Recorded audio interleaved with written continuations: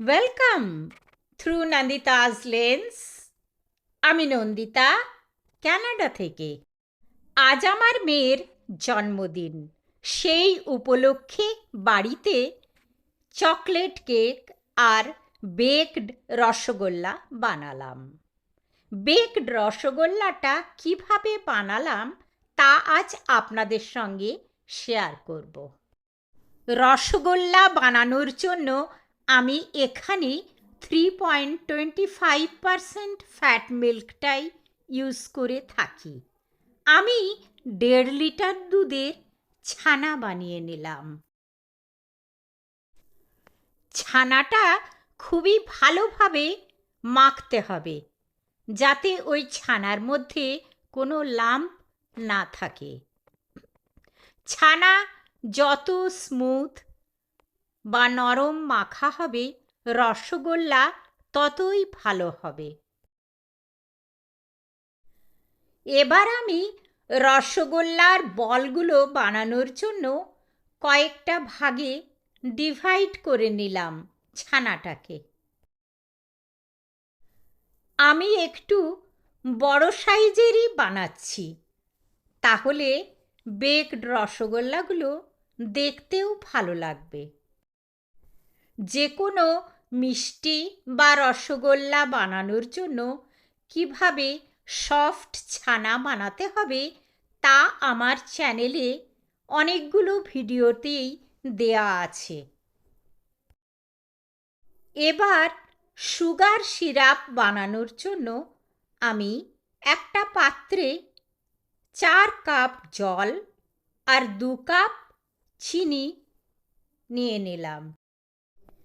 সিরাপটা একটু ফুটে উঠলেই কিছুক্ষণ পরেই একে একে সব ছানার বলগুলো ছেড়ে দিলাম।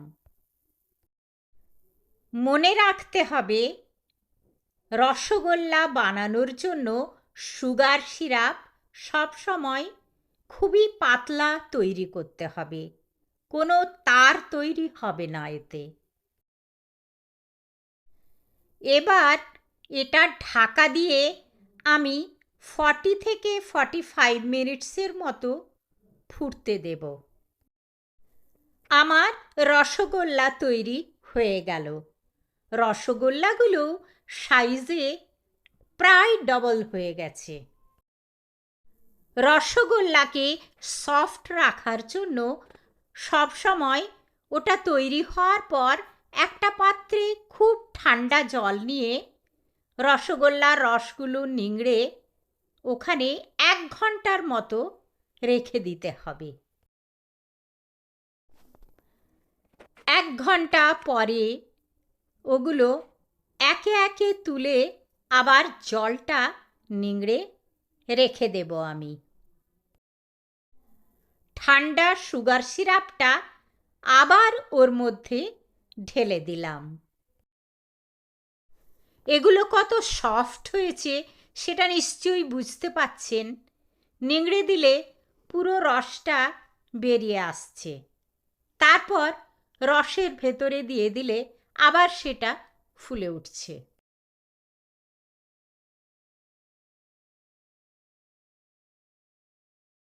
এবার আমি যাব বেকিংয়ের প্রসেসে।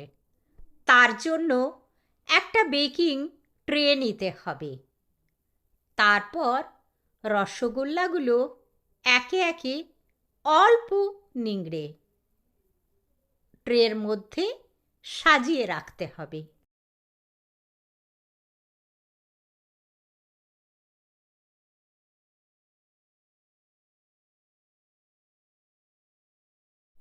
আমি এখানে হাফ কনডেন্সড মিল্ক আর একটা ইভ্যাপোরেট মিল্ক ইউজ করেছি।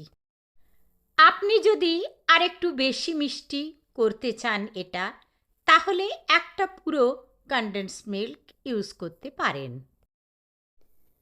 এই দুটো একটা পাত্রে ভালোভাবে মিক্স করে নিলাম। রসগোল্লাগুলোর উপরে এই মিশ্রণটা ঢেলে দিলাম। খেয়াল রাখতে হবে যাতে রসগোল্লাগুলো পুরো ডুবে না যায়, ওপর থেকে একটু বাকি থাকে। আমি আজ আপনাদেরকে খুবই সহজ পদ্ধতিতে কিভাবে বেকড রসগোল্লা বানাবো সেটাই দেখাচ্ছি। ইচ্ছে করলে আপনারা রসগোল্লাগুলো বাজার থেকে কিনে এনেও বানাতে পারেন। আপনি এটা ওভেনে বানালে 400 ডিগ্রি ফারেনহাইট অথবা 200 ডিগ্রি সেন্টিগ্রেডে 30 মিনিটসের জন্য বেক করতে পারেন। ওভেন না থাকলে একটা কড়াইয়ে বালি অথবা নুন নেবেন, তার উপরে এই ট্রেটা গ্যাসের চুলোয় একদম স্লো আঁচে রেখে 1 ঘন্টার জন্য বানাবেন। রসগোল্লা বেক হয়ে গেছে, কালারটা কি দারুণ এসেছে দেখতে পাচ্ছেন, আর রাবড়ি ওপর থেকে লেয়ার হয়ে গেছে, কি দারুণ লাগছে দেখতে। এই চকলেট কেকটা আমার ছোট মেয়ে আজ বানিয়েছে। ও বেকিং আইটেমগুলো খুব ভালো বানায়। আপনাদের সঙ্গে আরেক দিন আমি এই চকলেট কেকের রেসিপি শেয়ার করব। আমার ভিডিও আপনাদের ভালো লেগে থাকলে যারা এখনো সাবস্ক্রাইব করেননি তারা প্লিজ সাবস্ক্রাইব করে দেবেন আর বেল আইকনটা প্রেস করে দেবেন, তাহলে আগামী দিনের সমস্ত ভিডিওর নোটিফিকেশন পেয়ে যাবেন। লাইক আর শেয়ার করতে ভুলবেন না প্লিজ। অনেক ধন্যবাদ।